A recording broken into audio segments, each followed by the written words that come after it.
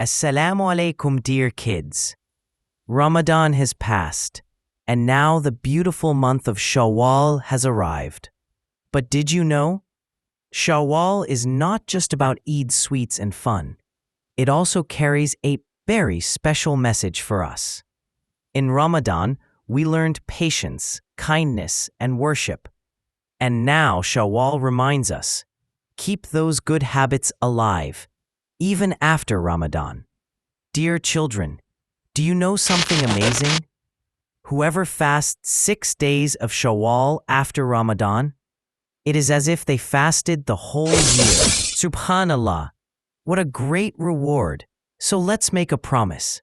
This Shawwal will continue being kind, honest, and try to fast those 6 special days too.